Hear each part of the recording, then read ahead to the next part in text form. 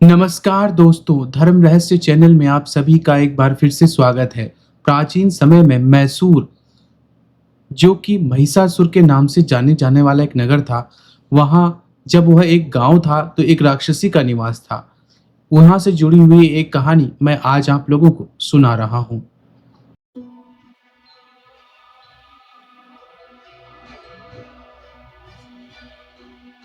अध्याय एक। अंधकार का आह्वान। गांव में अंधकार छाया हुआ था। सन्नाटा ऐसा था मानो सारे आकाश और धरती पर काले बादल छाए हों।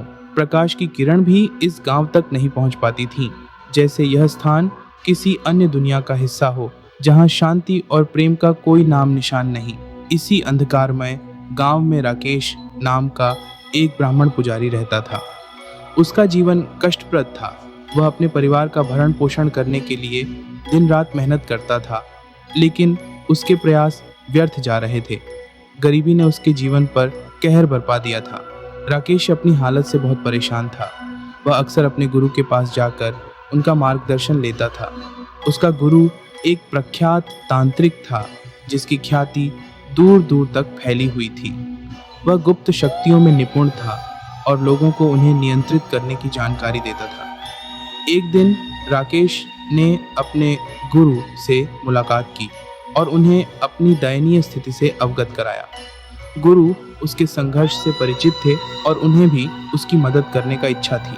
इसलिए उन्होंने उसे एक रहस्यमय रीति रिवाज का उपाय बताया। राकेश, मेरे पास एक रास्ता है जो तुम्हारी समस्याओं का समाधान कर सकता है, गुरु ने कहा। लेकिन इसका मतलब ये नहीं कि तुम इसे आसानी से पा सकते हो। इसके लिए तुम्हें अपनी लालच और लोभ पर काबू पाना होगा। राकेश ने उत्सुकता से कहा, गुरुदेव बताइए, क्या वह उपाय है? मैं कुछ भी करने को तैयार हूँ, चाहे वह कोई भी कीमत क्यों ना हो। गुरु ने सावधानी से कहा, यह एक प्राचीन और शक्तिशाली रीति रिवाज है, जिसका उपयोग करके तुम एक भयानक शक्ति को नियंत्रित कर सकते हो। यह शक्ति तुम्हारी सभी इच्छाओं को पूरा कर सकती है, लेकिन इसका मूल्य भी चुकाना होगा। राकेश ने उत्साहित होकर कहा, मैं तैयार हूँ गुरुदेव। कोई भी कीमत मुझे स्वीकार्य है, बस मेरी समस्याएं समाप्त हो जाएं। क्या आप मुझे इस रीति रिवाज की जानकारी दे सकते हैं? गुरु ने गंभीर होते हुए कहा, राकेश, तुम्हें इस कार्य को बहुत सावधानी से करना होगा। यह खतरनाक है और गलत कदम उठाने पर तुम्हारा अंत हो सकता है। लेकिन अगर तुम इसे सही तरह से अंजाम दो तो तुम्हारी सारी समस्याएं दूर हो जाएंगी। राकेश ने उत्साह से कहा, मुझे कोई डर नहीं है गुरुदेव, मैं कुछ भी करने को तैयार हूँ। कृपया मुझे इस रीति रिवाज की जानकारी दें। गुरु ने ध्यान से उसे रीति रिवाज की प्रक्रिया बताई। वह बताते गए कि किस तरह से राकेश को खंडहरों में जाकर एक प्राचीन और शक्तिशाली राक्षसी को आमंत्रित करना है और उसे अपने वश में लाना है। राकेश ने ध्यान से हर बात सुनी और अपने गुरु की बातों पर पूरा भरोसा किया। जैसे ही गुरु ने रीति रिवाज की प्रक्रिया का खुलासा किया, गांव में एक अफवाह फैल गई। लोगों ने सुना कि राकेश किसी अद्भुत और डरावनी शक्ति को आमंत्रित करने जा रहा है। गांव वासियों को इस बात से कोई भी खुशी नहीं थी, क्योंकि वे प्राचीन कथाओं में विश्वास करते थे और जानते थे कि ऐसी शक्तियों का सामना करना कितना खतरनाक हो सकता है। गांव में अभी तक एक ऐसी ही कथा प्रचलित थी, जिसमें एक अत्यंत शक्तिशाली राक्षसी रहती थी जो खंडहरों में निवास करती थी। ये कहा जाता था कि उसके पास काम और धन की इच्छाएं पूरी करने की अद्भुत शक्ति है, लेकिन उसे खुश करना बहुत मुश्किल है। यही कारण था कि गांववासी राकेश के इस कार्य से बहुत डर गए थे। राकेश को भी इन अफवाहों और कथाओं का पता चल गया था। वह जानता था कि इस काम में जोखिम है, लेकिन उसकी लालच और अहंकार उसे रोक नहीं पा रहे थे। वह अपने गरीब जीवन से उबरना चाहता था और इसके लिए वह कुछ भी करने को तैयार था। इस प्रकार राकेश अपने गुरु की मदद से प्राचीन और खतरनाक रीति रिवाज का अभ्यास करने लगा। वह जानता था कि इस प्रयास में उसका जीवन खतरे में हो सकता है, लेकिन उसकी लालच और तृष्णा इतनी अधिक थी कि वह इस जोखिम को लेने को तैयार था।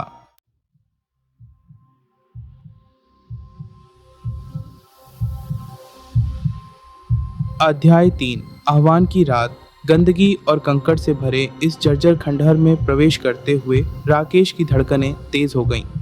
हवा में एक अजीब सा माया सा भरा था, जैसे कि यहाँ कुछ अदृश्य शक्तियाँ मंत्रमुग्ध होकर उसकी प्रतीक्षा कर रही हों।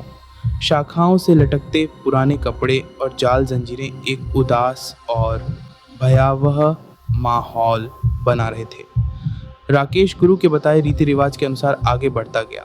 उसने धीरे धीरे एक गोल मिट्टी का कुंड बनाना शुरू किया, जिसके बीच में एक शिला रखी। उसने उस पर कुछ अजीब चिन्ह और मंत्र लिखकर उसे जलने लगा। खंडहर में प्रज्वलित लौ और उसके पास बैठे राकेश का साया एक अलौकिक दृश्य बना रहा था। कुछ देर बाद राकेश ने अपने गुरु द्वारा सिखाया गया मंत्र जोर से दोहराना शुरू कर दिया। वह संस्कृत में एक प्राचीन मंत्र का उच्चारण कर रहा था, जिसका अर्थ था शक्ति की देवी, मुझे तेरी उपस्थिति का आह्वान करता हूँ। उसका स्वर धीरे धीरे तेज होता गया और जैसे ही वह अंतिम शब्द बोल रहा था, खंडहर में एक तेज रोशनी फैल गई। एक लाल साड़ी में ओढ़ी हुई सुंदर महिला का आकार धुंधला होता हुआ सामने आने लगा। उसका चेहरा स्पष्ट नहीं था, लेकिन उसकी लंबी काली बालों से ढके आकर्षक चेहरे ने राकेश को हैरान कर दिया। वह एक प्राचीन और शक्तिशाली राक्षसी की तरह प्रतीत हो रही थी। तुम मुझे बुलाया मानव? उसकी आवाज में एक भयानक अंडरटोन था। राकेश कंपी से बोला, हाँ महारानी, मैंने तुम्हारा आह्वान किया है क्योंकि मुझे तुम्हारी शक्ति और कृपा की जरूरत है। मुझसे क्या चाहते हो? राक्षसी ने उत्सुकता पूर्वक पूछा। मैं धन और सुख चाहता हूँ। तुम कहती हो कि तुम्हारे पास ऐसी शक्तियाँ हैं कि तुम मेरी इच्छाएं पूरी कर सकती हो, इसलिए मैंने तुम्हें यहाँ बुलाया है। राकेश ने हिम्मत जुटाकर कहा। राक्षसी ने एक उग्र हंसी दी। मानव, तुम जानते भी नहीं कि तुम क्या मांग रहे हो। मेरी शक्तियों का दुरुपयोग करने का प्रयास करना बहुत महंगा पड़ सकता है। राकेश ने कहा, मुझे कोई परवाह नहीं है, मैं कुछ भी करने को तैयार हूँ, बस मुझे धन और सुख चाहिए। राक्षसी बोली, तो ठीक है मानव, मैं तुम्हारी मदद करूंगी, लेकिन इसका ठीक ठीक मूल्य चुकाना होगा। राकेश ने कहा, मैं कुछ भी करने को तैयार हूँ, वह मूल्य जो भी हो मैं उसे चुकाने के लिए तत्पर हूँ। राक्षसी ने मंद मुस्कुराते हुए कहा, तुम्हारी लालच और लोभ मुझे पसंद आते हैं। ठीक है, मैं तुम्हें अपना दास बना लूंगी और तुम्हारी इच्छाएं पूरी करूंगी, लेकिन इसके बदले में मुझे तुम्हारा पूरा तन मन समर्पित करना होगा। राकेश कुछ क्षण के लिए विचार मग्न हो गया। उसके मन में लोभ और सुख की इच्छा ऊपर उठाई, लेकिन एक चेतावनी की आवाज भी सुनाई दे रही थी। उसने सोचा कि इस पर अच्छे से विचार करना चाहिए। राक्षसी ने राकेश की लंबी मौन में देखते हुए कहा, क्या तुम मेरी पेशकश स्वीकार करने जा रहे हो मानव? राकेश ने अपनी लालच पर काबू पाते हुए कहा, मुझे कुछ और समय चाहिए, इस पर गहराई से सोचना होगा। राक्षसी ने कहा, जैसा तुम चाहो, लेकिन याद रखो मेरी ऑफर सीमित समय के लिए ही मान्य होगी। तुम्हारा जवाब जल्द दो, नहीं तो तुम्हारी तबाही मुकर्रर है। कहकर वह खंडहर से धीरे धीरे अदृश्य होती गई।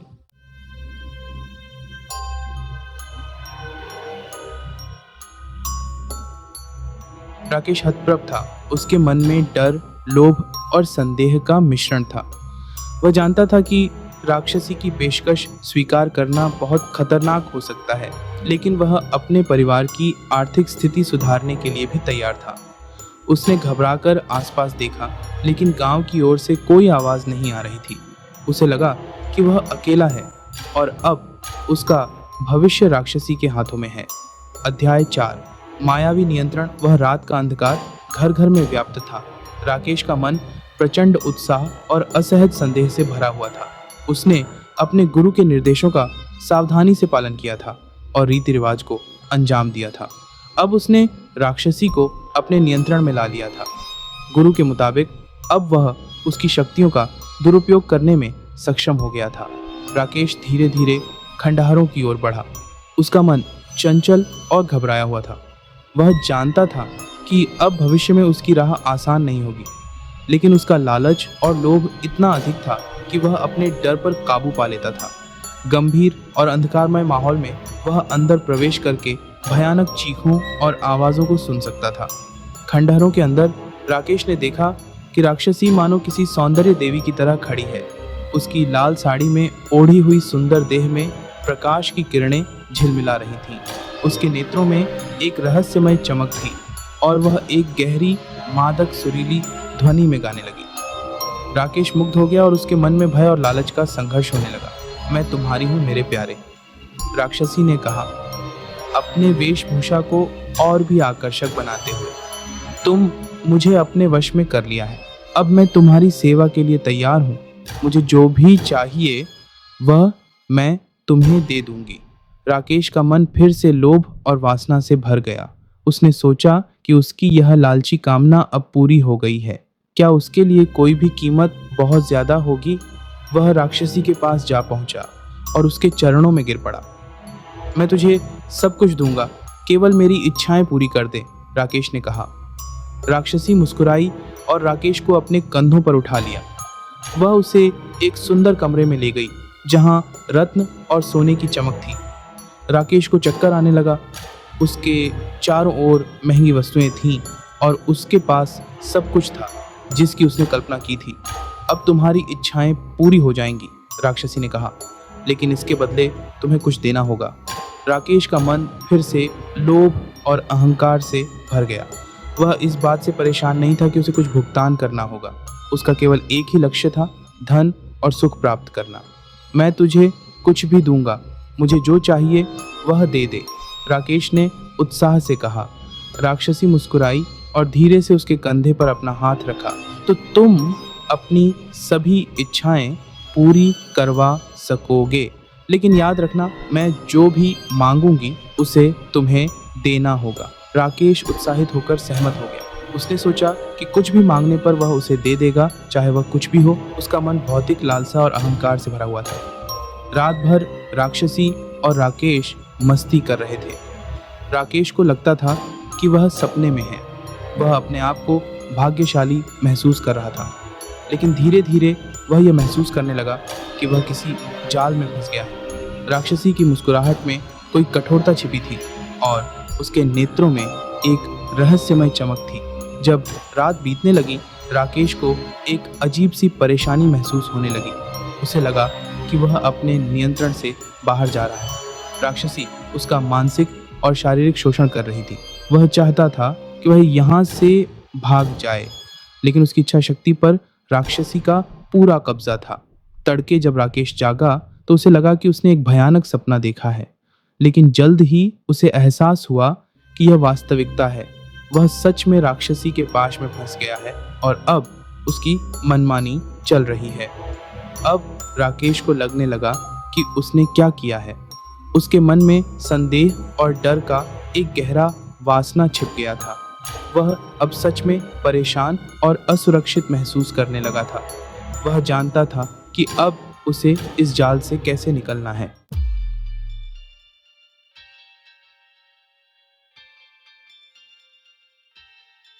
अध्याय 5, लालच का जाल।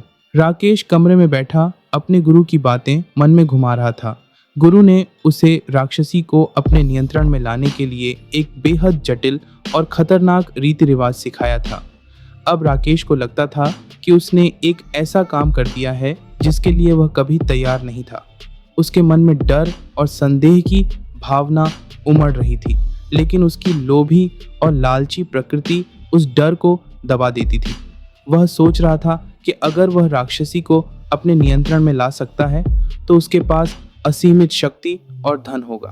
वह अपने गरीब परिवार की मुश्किलों को दूर कर सकेगा और स्वयं का वैभव भी बढ़ा सकेगा। ऐसे ही सोचते हुए राकेश रात को खंडहर में पहुंचा जहां राक्षसी एकांत में रहती थी। उसने वहां पहुंचकर रीति रिवाज का पालन करना शुरू किया। वह अंधकार में फैले वातावरण और भयानक प्रतीकों से डर गया, लेकिन अपनी लालसाओं को शांत करने के लिए वह आगे बढ़ा। जैसे जैसे रीति रिवाज आगे बढ़ता गया, राकेश को भरोसा हो गया कि वह इस काम को सफलतापूर्वक पूरा कर रहा है। धीरे धीरे राक्षसी का प्रकटीकरण होने लगा और राकेश उसे अपने नियंत्रण में लाने में कामयाब होता जा रहा था। आखिरकार राक्षसी पूरी तरह से उसके सामने आ गई। वह एक भयानक रूप में दिखाई दे रही थी, लाल साड़ी में ढकी, उसकी आंखें काली थीं और उसका चेहरा जानवर जैसा दिखाई दे रहा था। राकेश भय से कांप गया, लेकिन उसका लालच उसके डर को दबा देता था। तुमने मुझे बुलाया है मनुष्य? राक्षसी की भयंकर आवाज गूंजी। तुम मुझे अपने नियंत्रण में रखना चाहते हो? इसके लिए तुम कितना तैयार हो? राकेश ने कठोर स्वर में कहा। मैं तुम्हारी पूजा करूंगा और तुम्हारी सेवा करूंगा। बदले में मुझे धन और सुख दो। राक्षसी मुस्कुराई। चलो देखते हैं कि तुम कितना कुछ करने को तैयार हो। उसने अपनी कामुक शक्तियों का प्रयोग करते हुए राकेश को अपनी ओर खींचना शुरू कर दिया। राकेश संतुलन खो बैठा। उसकी लालसा और वासना उसके सारे संकेत और चेतावनियों को भुला देती थी। वह राक्षसी की ओर आकर्षित हो रहा था, जैसे कोई मिट्टी का पुतला। उसके मन में केवल धन और सुख की इच्छाएं थीं। वह राक्षसी की कामुक छवि में खो गया। राक्षसी अब उसके पास आ गई थी। उसने अपना चेहरा मनोहर महिला के रूप में बदल लिया था। उसने अपनी लाल साड़ी को हल्का सा फैलाया और मिठास भरी आवाज में कहा, क्या तुम मुझे अपने साथ रखना चाहते हो मेरा प्यारा? मैं तुम्हें सभी सुख दे सकती हूँ। राकेश मोहित हो गया। उसकी आंखें राक्षसी के दिलकश रूप पर टिक गईं। वह भूल गया कि यह एक शक्तिशाली और दुष्ट प्राणी है। उसने उसकी ओर बढ़कर उसका हाथ पकड़ लिया। हाँ, मैं तुम्हें अपना बना लूंगा। तुम मुझे धन और सुख दो और मैं तुम्हारी सेवा करूंगा। राक्षसी मुस्कुराई। बहुत अच्छा मेरा प्यारा, अब हम एक साथ होंगे। उसने राकेश को अपने पास खींच लिया। राकेश को लगा कि वह स्वर्ग में पहुंच गया है। उसकी लालच और अहंकार ने उसकी बुद्धि पर पूर्ण कब्जा कर लिया था। वह भूल गया कि वह किसी शक्तिशाली और दुष्ट प्राणी के चंगुल में फंस गया है। अब वह केवल धन और भौतिक सुख पा लेने के बारे में सोच रहा था, लेकिन राकेश को नहीं पता था कि राक्षसी उसके लिए एक जाल बुन रही है। उसकी चालाकी और प्रताड़ना राकेश को अंधकार की ओर लेकर जा रही है, जहां उसका अंत होगा।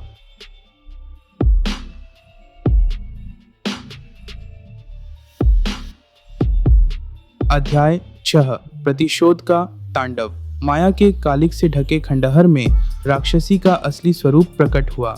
उसका सुंदर मुखौटा गिर गया और उसके भयानक रूप ने राकेश को देखने वाली गंभीर चेतावनी दी। राक्षसी की काली त्वचा में लाल धमनियां उभर आईं।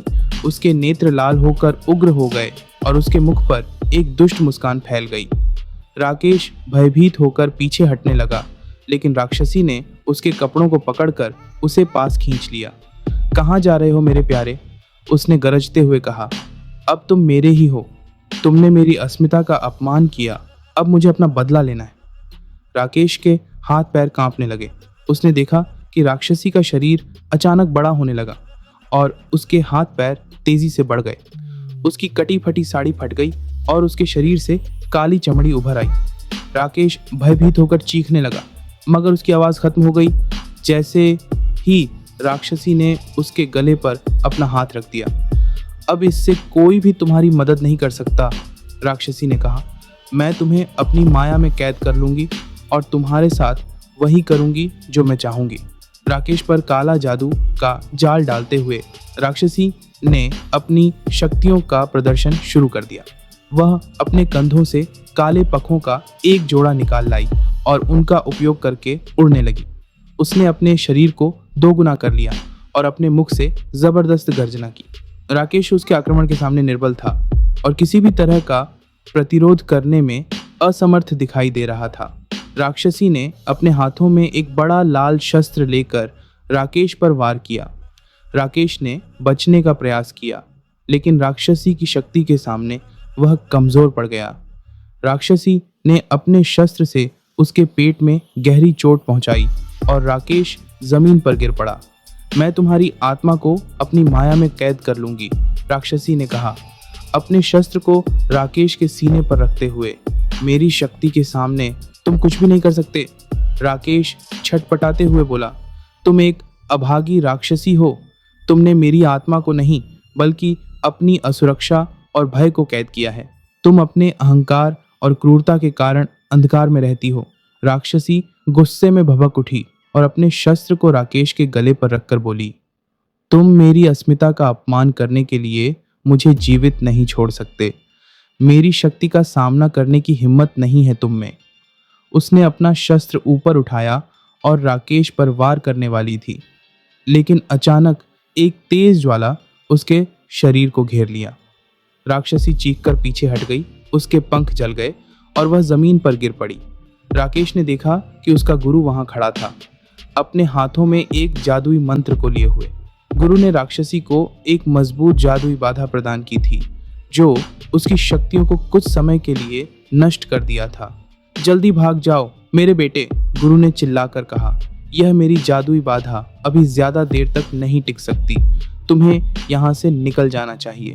राकेश झंझोड़ कर उठा और तेजी से खंडहर से बाहर भाग गया। वह जानता था कि राक्षसी बेहद क्रोधित होकर उसका पीछा करेगी, इसलिए उसे जल्दी से गांव पहुंचना था। गांव में लोगों ने राकेश को देखकर चौंक गए। उन्हें समझ नहीं आ रहा था कि क्या हुआ। राकेश तेजी से अपने घर पहुंचा और दरवाजा बंद कर लिया। वह सिहरते हुए अपने परिवार से बोला, हमें यहाँ से जल्दी भागना होगा, राक्षसी हमारा पीछा कर रही है। उधर खंडहर में राक्षसी के शरीर से जादुई बाधा धीरे धीरे नष्ट होने लगी थी। उसने अपनी शक्ति को दोबारा हासिल किया और राकेश के पीछे जाने का मन बना लिया। उसका चेहरा क्रोध से भरा था और वह गर्जना करते हुए गांव की तरफ उड़ने लगी। गांव में अफरा तफरी मच गई। लोग भयभीत होकर घरों में छिप गए, क्योंकि उन्हें जाहिर था कि राक्षसी का प्रकोप अब शुरू होने वाला है। कुछ स्त्रियां रोने पुकारने लगीं और बच्चे चीखने लगे। गांव में एक सन्नाटा छा गया, जिसमें सिर्फ राक्षसी के घोर नारों की गूंज सुनाई दे रही थी।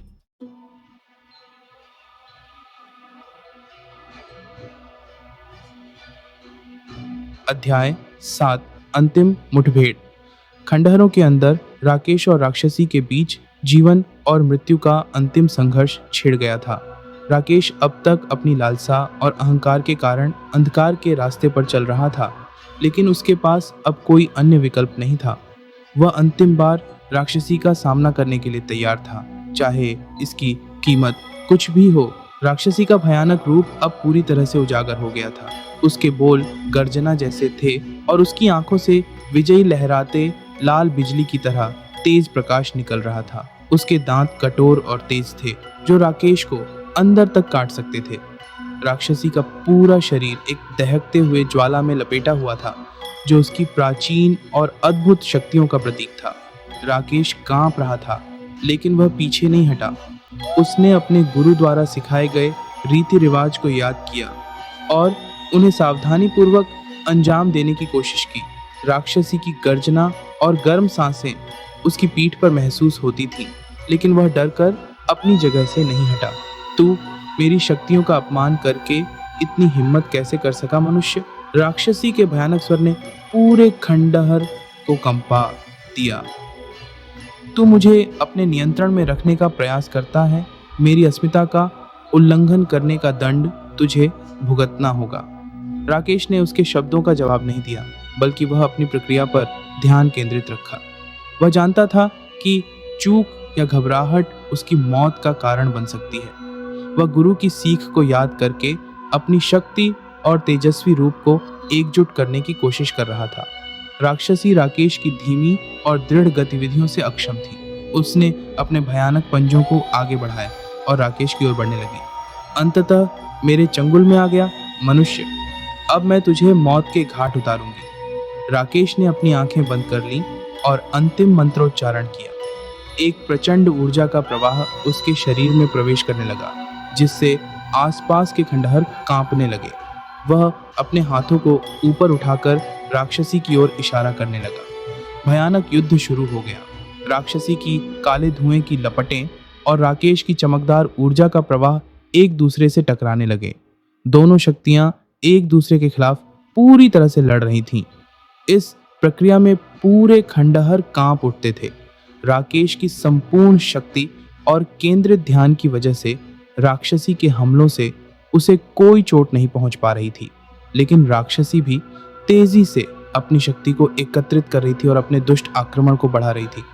एक अंतिम प्रहार में राक्षसी ने अपने विशाल पंजों को सीधा राकेश के छाती पर फेंक दिया। राकेश चिखता हुआ पीछे गिर पड़ा, लेकिन वह अभी भी संघर्ष कर रहा था।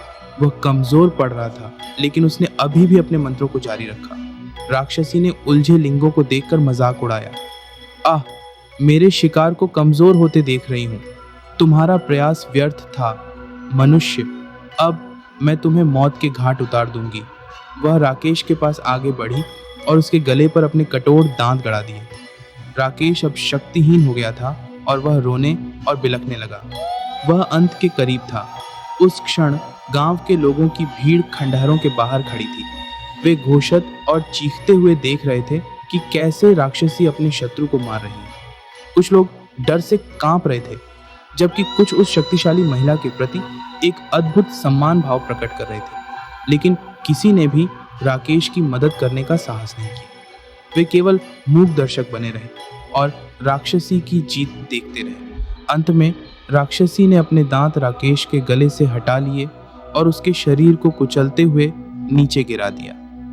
वह एक जीवित प्रमाण था कि उसकी शक्ति को कोई भी नहीं रोक सकता था। राकेश की जान चली गई थी।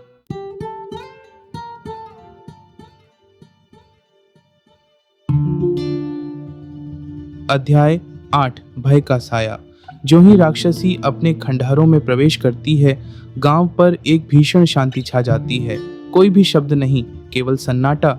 अंधकार में घिरे इस गांव में लोगों के चेहरों पर भय और संदेह की छाया छाई हुई है।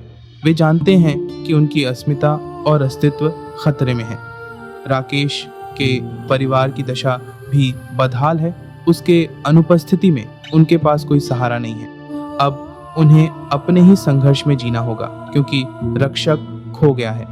वे भविष्य को लेकर घबराए हुए हैं, क्योंकि उन्हें अंदाजा है कि राक्षसी की नज़र उनके ऊपर है। गांववासी भी भयभीत और सावधान हैं। वे जानते हैं कि राक्षसी अब भी उनके बीच में छिपी है और वह किसी भी समय उनका सामना कर सकती है। कुछ लोग तो उसकी पूजा करने लगे हैं ताकि वह उनसे संतुष्ट रहे और वह उन्हें नुकसान न पहुंचाए। गांव में एक भयावह और उदास वातावरण छाया रहता है। लोग अपने घरों में कैद हो गए हैं, अंधविश्वास और भय से घिरे। वे दुनिया से कटकर केवल अपने भविष्य की चिंता में डूबे हैं। कुछ लोग तो अपने घर छोड़कर गांव से भाग भी गए हैं, क्योंकि उन्हें लगता है कि यहाँ अब सुरक्षित नहीं है। धीरे धीरे राक्षसी का भय और उसका प्रभाव गांव में फैलता जा रहा है। लोग उसकी शक्ति और क्रूरता के कारण उसका सम्मान और आदर करते हैं। कुछ लोग तो उसे एक देवता या शक्ति के रूप में पूजने लगे हैं, क्योंकि वे मानते हैं कि उससे भय और नुकसान का मुकाबला करना असंभव है। इस गहरे अंधकार और भय के बीच में राकेश का परिवार जूझ रहा है। वे सामान्य जीवन जीने की कोशिश कर रहे हैं, लेकिन उनका भविष्य अनिश्चित और स्पष्ट है। वे हर पल राक्षसी के हमले का डर महसूस कर रहे हैं और उसकी क्रूरता का शिकार बनने की आशंका से घिरे हुए हैं। इधर राक्षसी अपने खंडहरों में बैठकर गांव पर अपनी छाया डाले हुए है। उसकी दृष्टि में कोई भी व्यक्ति या वस्तु सुरक्षित नहीं है। वह जानती है कि अब कोई भी उसका सामना करने की हिम्मत नहीं करेगा। उसने अपना प्रभाव जमा लिया है और गांव पर अपनी शासन व्यवस्था स्थापित कर दी है।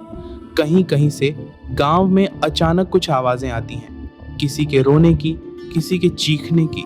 लोग अभी भी अपने घरों में छिपे हुए हैं, क्योंकि वे जानते हैं कि राक्षसी के कदम उनके पास आ रहे हैं।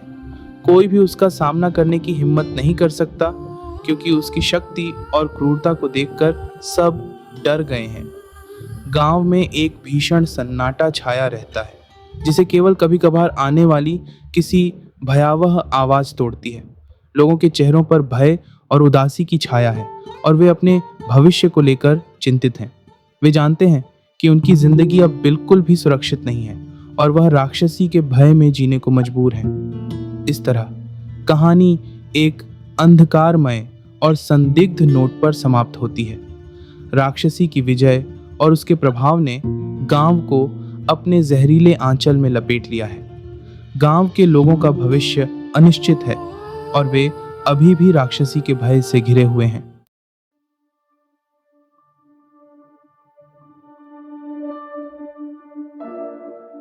इस प्रकार यह कहानी समाप्त होती है। अगर यह कहानी आपको पसंद आई है तो लाइक करें, शेयर करें, सब्सक्राइब करें। आप सभी का दिन मंगलमय हो। जय मां पराशक्ति।